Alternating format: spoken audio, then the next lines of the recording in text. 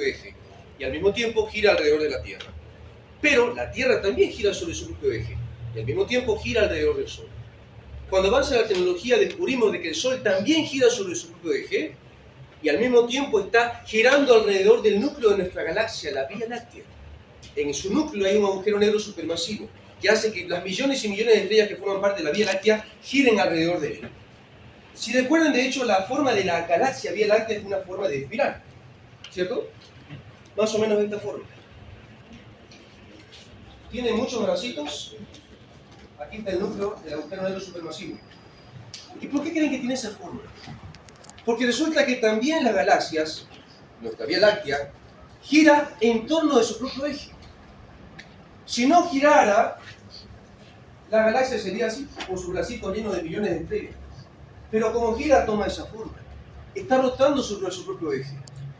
Y se descubrió también ahora de que nuestra galaxia, la Vía Láctea, tan solo es una entre millones de galaxias que forman parte de nuestro cúmulo galáctico llamado grupo local. Grupo local tiene su núcleo, su centro de masa, y todas las galaxias giran alrededor de ese núcleo. Y nuestro cúmulo galáctico, grupo local, forma parte de un supercúmulo galáctico, Virgo, que tiene miles o cientos de miles de cúmulos galácticos. Y hay millones de supercúmulos galácticos en el universo observable. ¿Qué somos nosotros en este universo? Un significante punto nada más. Pero es increíble cómo es que todo rota entre sí y no colapsa.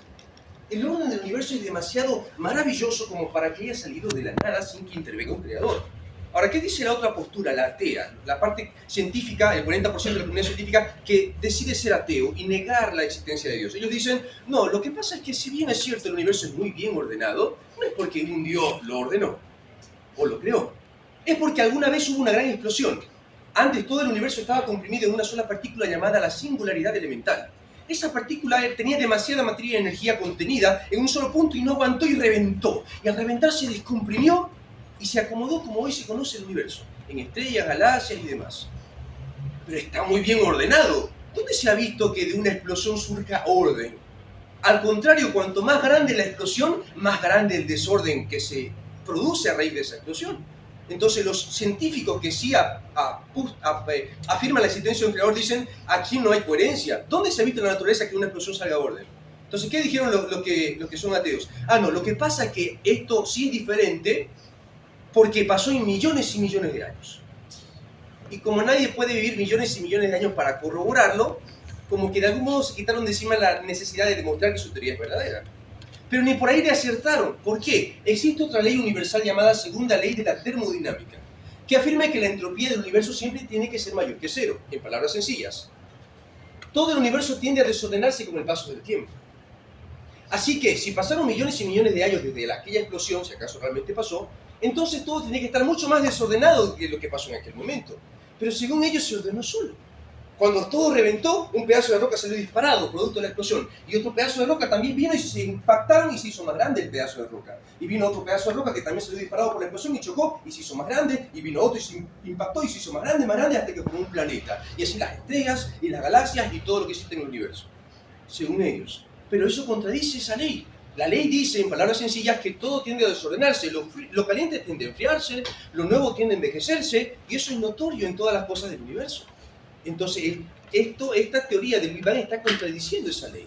La misma segunda ley de la termodinámica afirma que si algo se esperaba que esté desordenado con el paso del tiempo, como naturalmente ocurre, pero pasa que cuando uno lo examina en realidad sí está ordenado, es porque necesariamente un agente externo tuvo que intervenir para causar ese orden. ¿Me explico? Hagamos de cuenta que cerramos la puerta. Nos vamos de acá y no volvemos hasta dentro de 3 años. Y nadie más entró. Lo cerramos bien con llave. Y dentro de 3 años, cuando abramos la puerta, ¿qué esperaríamos? ¿Que el aula esté más ordenada o más desordenada que cuando nos fuimos? Obviamente más desordenada, lleno de polvo, con telaraña. Eso es lo que se espera. Y si llegamos y encontramos todo limpiecito, nadie diría solito se limpió. Todos pensaríamos que vino el personal de limpieza y lo dejó todo limpiecito. Naturalmente. Eso es lo que dice la segunda ley de la termodinámica. Si algo está limpiecito, no se ordenó de la nada. Alguien tuvo que venir y un agente externo se encargó de ordenarlo. Ahora, si aplicamos eso al universo, el universo tendría que desordenarse con el paso del tiempo. Pero el planeta Tierra se ubica en la zona exacta para que exista vida desde hace millones de años. El planeta Tierra está justo en la zona habitable del sistema solar. Si nos acercamos tan solo 1 kilómetro de la zona habitable hacia el Sol, nos morimos de calor. Tan solo nos alejamos 1 kilómetro de la zona habitable, alejándonos del Sol, y nos morimos de frío. Está en el lugar exacto para que exista vida en el planeta. Con el paso del tiempo, o bien tendríamos que alejarnos del Sol, o bien acercarnos al Sol. Y la vida terminaría en el planeta. Pero han pasado millones de años y siguen en el lugar adecuado. No se está cumpliendo la segunda ley de la termodinámica según la teoría del Big Bang. Entonces hay contradicciones universales y por eso quedó como una teoría, la teoría del Big Bang. No pudo comprobarse científicamente. Por eso es que de esta manera se demuestra de que tiene que haber un agente externo que creó el universo y mantiene ese orden generado.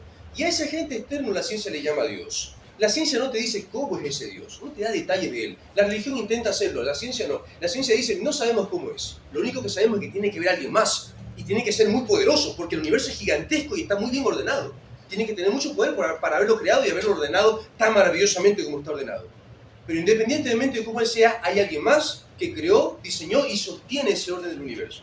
Y a ese alguien se le llama Dios porque por definición Dios significa creador del universo. Es todo por hoy, chicos. Nos retiramos. Voy a firmar la situación.